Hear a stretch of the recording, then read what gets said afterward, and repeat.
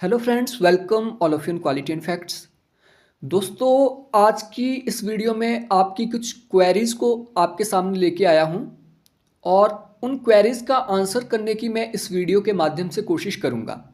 ये 4-5 क्वेरीज हैं जो कि वन लाइनर से रिलेटेड आ रही थी, फैक्ट्स को याद करने से रिलेटेड आ रही थी कि हम फैक्ट्स भूल जाते हैं, किताबें भूल जाते हैं, कोटेशंस भूल जाते हैं, याद नहीं कर पाते हैं। तो उससे रिलेटेड आज की वीडियो है और आपके लिए डेफिनेटली हेल्पफुल रहने वाली है। तो इससे पहले मैं 5000 वन लाइनर क्वेश्चन यानी 5000 फैक्ट्स आपके सामने डिस्कस कर चुका हूं। उसकी वीडियोस भी आपको क्वालिटी एंड फैक्ट्स एप्लीकेशन पे मिल जाएगी और प्लस 1000 नए वन लाइनर मैंने अभी ऐड किए हैं। उसकी पीडीएफ भी आप इस वीडियो के डिस्क्रिप्शन से डाउनलोड कर सकते हैं। उसको पढ़ना कैसे है वो मैं आपको आगे वीडियो में बताऊंगा।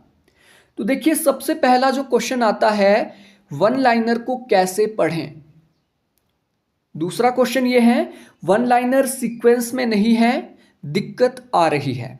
मतलब हम याद नहीं कर पा रहे, सीक्वेंस में नहीं है। फॉर एग्जांपल, महात्मा गांधी से कोई फैक्ट आपने वन लाइनर में डाले हैं और एक आपने महात्मा गांधी पे डाल दिया, दूसरा यहाँ पे जॉन रॉल्स पे आ गया, तीसरा पॉलिटिकल थ्योरी पे आ गया, चौथा कंपैरेटिव पे आ गया।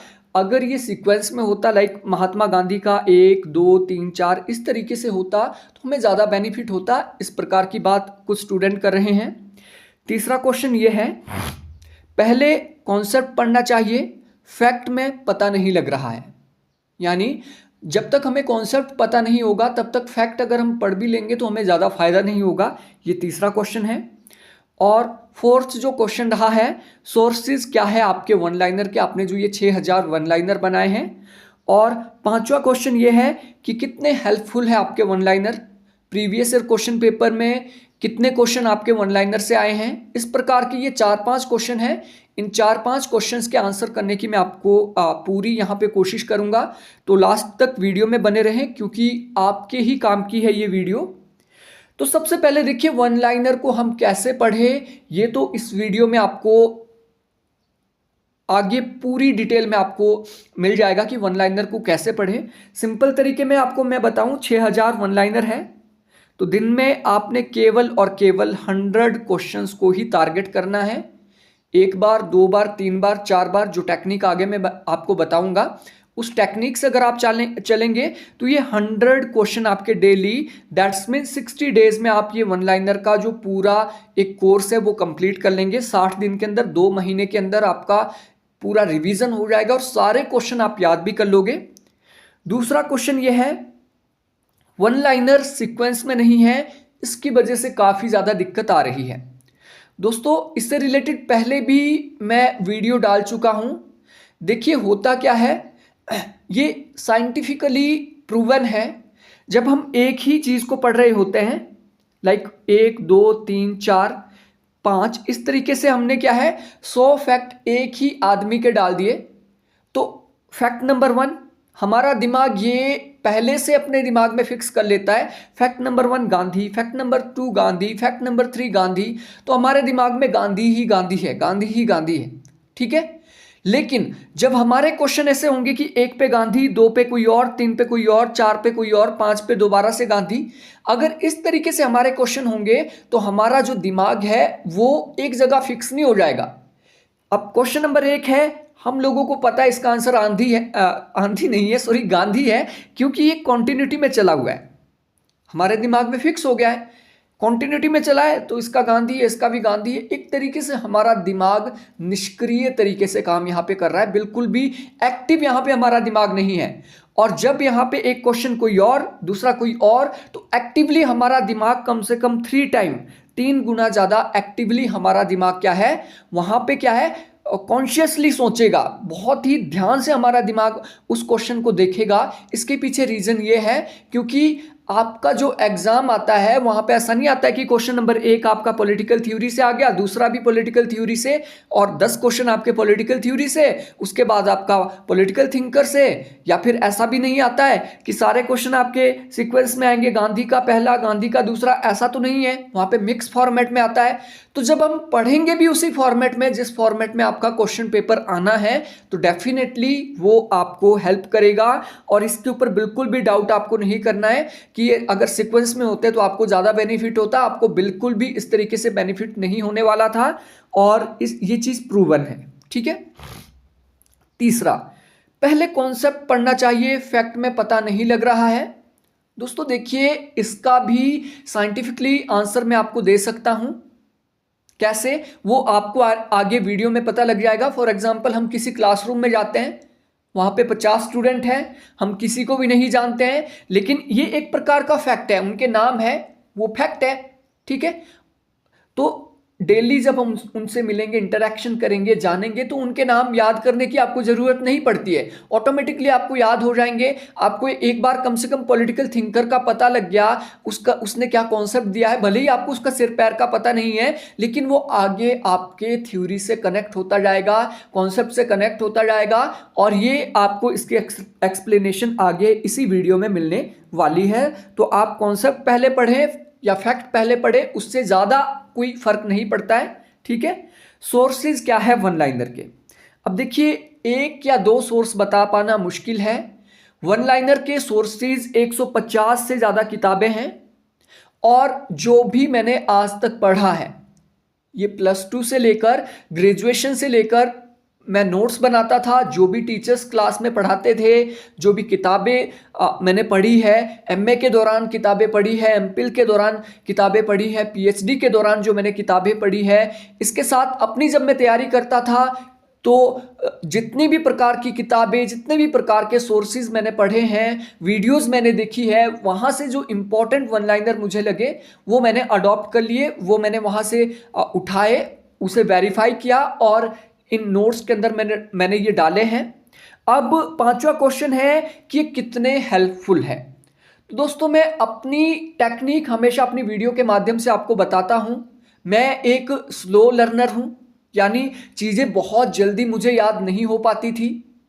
और हालांकि कॉन्सेप्ट तो मुझे बहुत क्विक तरीके से बहुत जल्दी याद हो जाते थे या फिर बहुत जल्दी समझ आ जाते थे, लेकिन किताबें, उनकी डेट्स, कब वो प्रकाशित हुई, किस थिंकर की कौन सी किताब है, कोटेशन ये किसने दी है, किसने कौन सी थ्योरी दी है, उसमें याद करने में इतनी दिक्कत होती थी कि दिन में 4 या 5 कॉन्सेप्ट भी फैक्ट भी याद नहीं कर पाता था, अगले दिन भूल जाता था।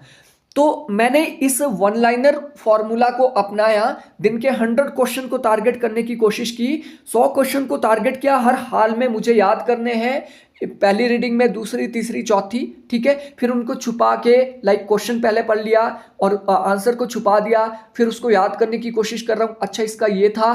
तो 100 क्वेश्चन अगर मैंने टारगेट किए, अगले दिन जब यही 100 क्वेश्चन में देख रहा हूँ, तो कम से कम 80 क्वेश्चन तक तो मेरे बिल्कुल करेक्ट हो गए। 20 क्वेश्चन मेरे ऐसे बचते थे जो मुझे याद नहीं हो पाते थे, उनको मैं लिख लिख कर याद करता था। और इसी तरीके से मैंने लगभग 4000 क्वेश्चंस को मैंने याद कर लिया था। और इन्हीं 4000 वन लाइनर के दम पे मैं बोल सकता हूं 3 बार ऑल इंडिया टॉपर रहा हूं। एक बार मेरी फर्स्ट टाइम मेरी रैंक 8th आई थी, 8वीं रैंक मेरी आई थी, फिर फर्स्ट रैंक भी ऑल इंडिया में मेरी आई, 4th रैंक भी मेरी ऑल इंडिया में आई। इसके साथ पब्लिक एड में भी मेरा जेआरएफ है, पॉलिटिकल साइंस में भी जेआरएफ है, ठीक है। नेट सेट कई बार हुआ है।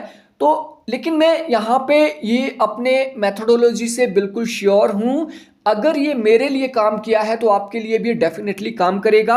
अब आगे चलते हैं, आगे की वीडियो में ये जो वन लाइनर है 6000 वन लाइनर, इनको आपने कैसे पढ़ना है। देखिए, वन लाइनर को पढ़ने का जो तरीका है वो बहुत ज़्यादा सिंपल है और आपको ये डेफिनेटली हेल्प भी करेगा। तो ये पार्ट 6 है जो पीडीएफ आपके सामने में लेके आया हूँ। तो इससे पहले 5 पार्ट मैं ऑलरेडी आपके सामने लेके आया हूँ और ये 6th पार्ट है। और इससे रिलेटेड अगर आपको जानकारी चाहिए तो आप इस नंबर पे व्हाट्सएप कर सकते हैं और वीडियो के डिस्क्रिप्शन से इस नोट्स को आप डाउनलोड भी कर सकते हैं। अब देखिए, वन लाइनर को पढ़ने के लिए आपने क्या करना है, पहले तो देखो आपकी जो नॉलेज होती है वो लिमिटेड होती है। लिमिटेड इन द सेंस कि हो सकता है ऐसे वन लाइनर आपने पहले कभी नहीं देखे होंगे। वही है, फॉर एग्जाम्पल आप किसी स्कूल में गए, आपकी नई एडमिशन हुई, वहां पे 50 बच्चे बैठे हुए हैं, आप क्लासरूम में एंटर होते हैं, आप एक को भी नहीं जानते हैं, लेकिन जैसे ही आपको 10-15 दिन, एक महीना हो जाता है, तो आपकी जो नॉलेज में है 50 के 50 स्टूडेंट आ जाते हैं। 50 के 50 स्टूडेंट यानी लगभग सभी के नाम तो आपको एक साल में पता लग जाता है। एक साल जब आप उनके साथ रहते हैं, उठते बैठते हैं, क्लास में इंटरेक्शन उनके साथ करते हैं, तो 50 के 50 स्टूडेंट का बिहेवियर भी आपको पता लग जाता है कि किस विचारधारा के है, या फिर किस तरीके का है, इसका व्यवहार कैसा है, लड़ाकू है, शांत है, बातचीत करने वाला है, कैसा है। तो आपको 50 के 50 स्टूडेंट के बारे में पता लग जाता है। उसमें से जो आपके नेचर का होता है वो आपका फ्रेंड भी बन जाता है। तो सिंपल ये फॉर्मूला आपके लर्निंग में भी यूज हो सकता है, और वो वन लाइनर मेथड का सबसे बेस्ट एग्जाम्पल है। तो कैसे? अब यहां पे देखिए, ये पहला क्वेश्चन दिया है, केपीएस मेनन, ये इंडिया के एक राजदूत थे। हालांकि ये नॉलेज अभी आपको नहीं है, आप नए नए एंटर हुए हैं, इसलिए आपको वहां जाने की मैं सिफारिश नहीं करूंगा कि ये कौन थे क्या नहीं थे, वो आगे आपको इसका पता लग ही जाएगा। तो केपीएस मेनन कोरिया युद्ध संबंधी संयुक्त राष्ट्र संघ कमीशन के अध्यक्ष चुने गए। संयुक्त राष्ट्र कमीशन के अध्यक्ष चुने गए। तो संयुक्त राष्ट्र, आपने पहली बार जो भी चीज पढ़नी है उसको अच्छे से समझ के पढ़ना है, आपने समझना है उसको, ठीक है। तो संयुक्त राष्ट्र यानी यूएनओ का एक कमीशन बना था, जिसने कि कोरिया युद्ध में हस्तक्षेप करने के लिए जो बना था, तो इसके ये पहले अध्यक्ष चुने गए। उन्होंने संयुक्त राष्ट्र संघ को अपनी रिपोर्ट में महाशक्तियों से कोरिया में हस्तक्षेप ना करने की अपील की। अब देखिए, एक स्लो लर्नर होता है, उसको ये अभी समझ नहीं आया होगा, हालांकि फास्ट लर्नर को अच्छे से समझ आ गया कि यहां पे कहना क्या चाहते हैं। यहां पे कोरिया युद्ध की बात हो रही है, तो कोरिया युद्ध क्यों हुआ था?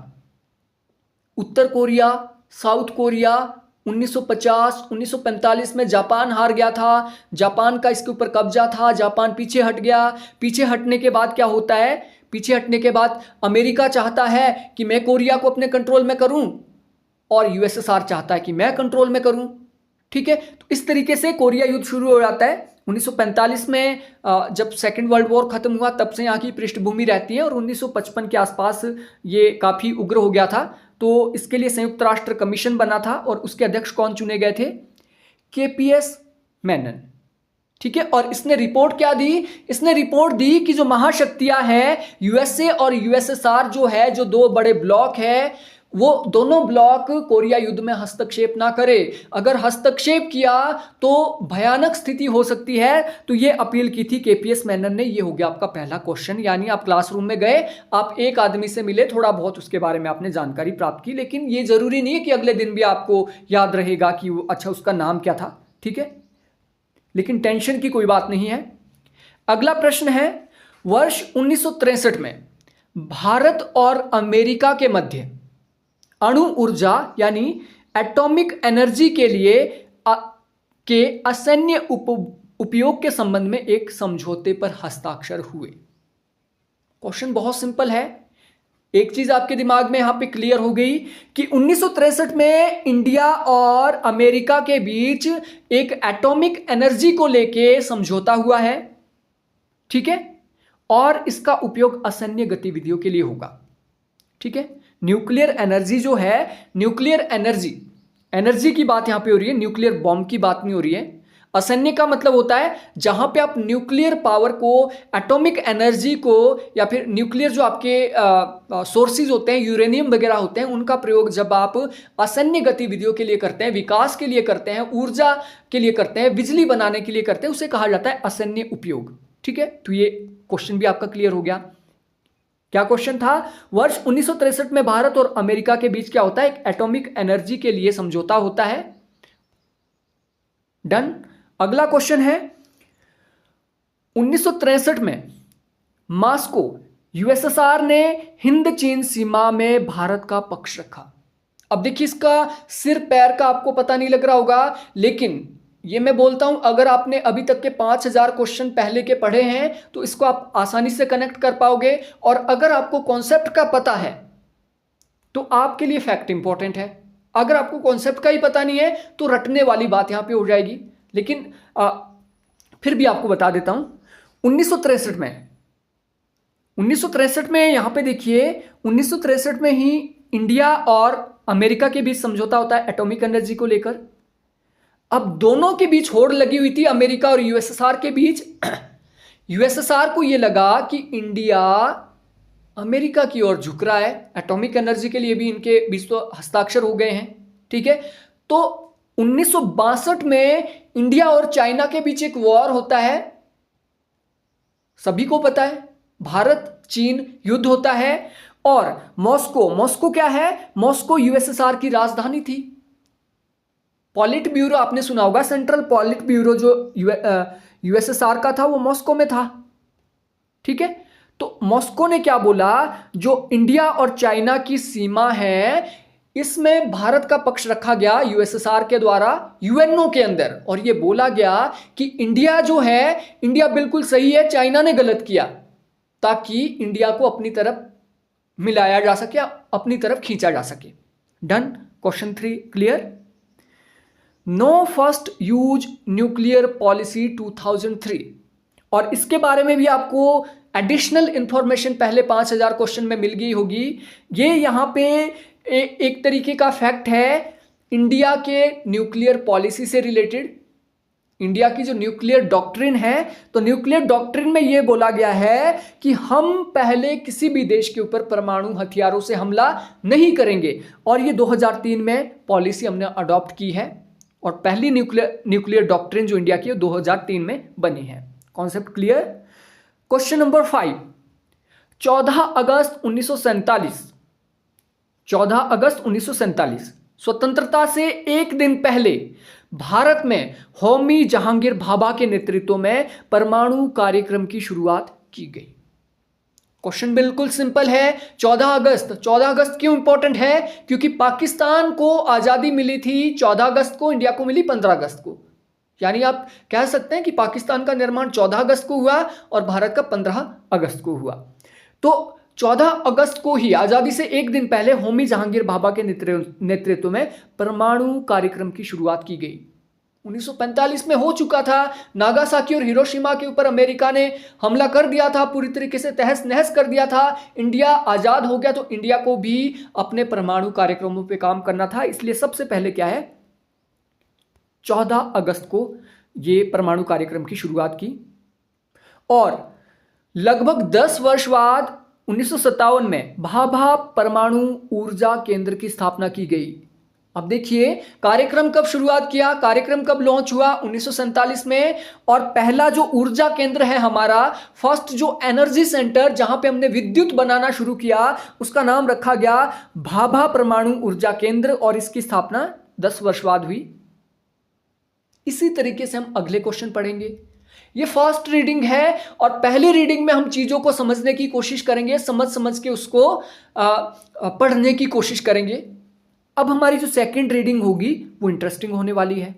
Second reading, KPS Menon, Korea युद्ध हुआ था 1955 में, और संयुक्त राष्ट्र संघ ने एक कमीशन बनाया था, एक आयोग बनाया था। उस आयोग के अध्यक्ष कौन थे, केपीएस मेनन। और इन्होंने सिफारिश की, वो इंपॉर्टेंट है, इन्होंने सिफारिश क्या की, डेफिनेटली आपको पता लग गया होगा। इन्होंने सिफारिश की थी कि महाशक्तियां बिल्कुल दूर रहे कोरिया मामले से। अब आप अपनी आंखें बंद कर सकते हैं, आप अपनी आंखें बंद करके भी आंसर दे पा रहे हैं, तो डेफिनेटली आपके लिए ये यूजफुल है, अदरवाइज आपके लिए यूजफुल नहीं होगा।